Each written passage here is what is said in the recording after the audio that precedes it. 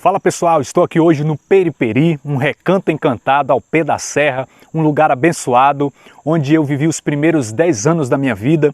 E nesse vídeo eu estou de forma proposital, intencional, próximo ao lugar onde o meu pai sempre trabalhou com madeira. Sim, o meu pai sempre foi um homem de 1001 utilidades e dentre as tantas habilidades que ele tem, algumas delas são a capacidade de trabalhar como pedreiro, carpinteiro e marceneiro.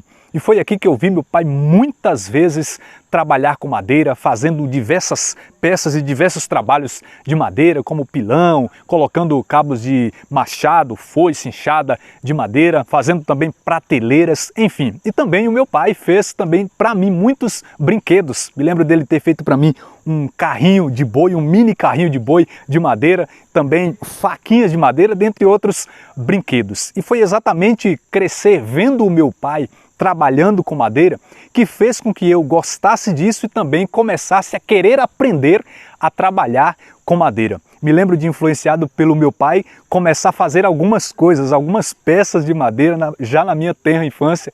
Por exemplo, lembro de fazer um mini pilão, aquele objeto, para quem não conhece, de madeira usado para pisar tempero, também de fazer a minha primeira colher de pau, enfim. E quero usar aqui todo esse contexto para trazer uma mensagem ao seu coração a respeito de Jesus carpinteiro, apesar de ter que pontuar antes algumas coisas a respeito desse título de Jesus, Jesus carpinteiro, a respeito desta profissão de Jesus. Vamos ao vídeo.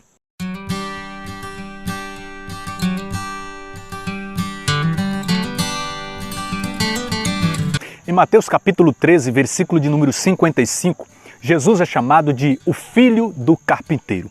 Mas quando nós vamos para Marcos capítulo 6, versículo 3, ali Jesus já é chamado de o Carpinteiro. A história diz que era comum os filhos seguirem a profissão do pai e também herdarem o negócio do pai. No caso de Jesus, a carpintaria.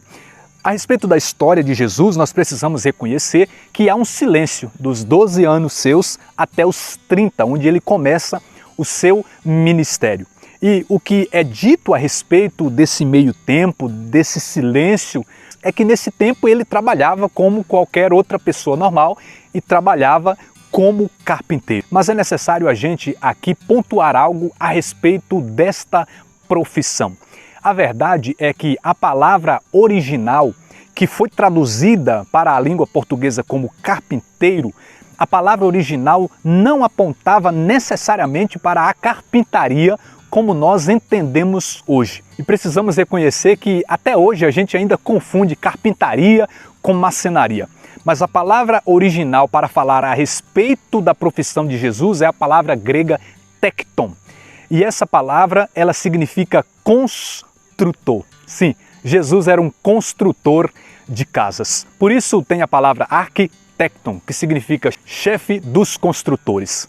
Então, o mais adequado a se falar é que Jesus era um construtor de casas, principalmente com pedras, mas ele também utilizava madeiras. Provavelmente fazia também peças de madeira, mas não como, obviamente, as peças que nós temos hoje por causa da cultura de sua época. E aqui, em primeiro lugar, ao refletirmos a respeito da profissão de Jesus, isso nos leva a destacar o valor do trabalho, o valor da profissão.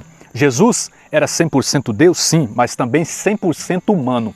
E como um homem, como qualquer outro, com exceção do pecado, Jesus trabalhava como nós já dissemos aqui. E é por isso que nós vemos tantas referências nos seus evangelhos que, ao refletirmos sobre a profissão de Jesus, entendemos que ele fazia referência ao seu próprio trabalho, mas também referência ao trabalho num sentido geral.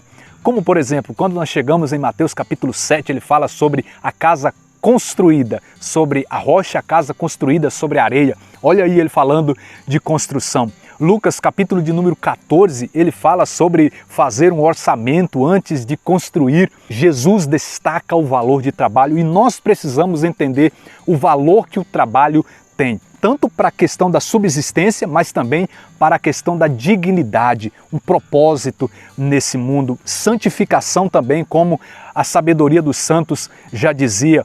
E nós Irmãos e irmãs, precisamos aqui destacar, nós não podemos esquecer, o trabalho principal que precisa ser desenvolvido é o trabalho em favor do reino de Deus. Porque Jesus, apesar de como 100% homem, ele trabalhar de forma natural nesse mundo, Jesus foi alguém que trabalhou incansavelmente pelo reino de Deus. Por isso Jesus ele diz lá em João capítulo 5, versículo de número 17, meu Pai trabalha até agora e eu também. E nós precisamos tanto trabalhar nesse mundo, mas acima de tudo, trabalharmos em favor do reino de Deus, trabalhar pela nossa salvação. Então Jesus era esse que trabalhava com edificação, com construção. Mas vamos trazer isso para o sentido espiritual. Jesus deve ser o construtor da nossa vida. Ele deve construir a nossa história. Mas, muito mais que isso, nós precisamos entender que ele deve ser, em primeiro lugar, nessa construção espiritual, o nosso fundamento, o nosso alicerce, a nossa base.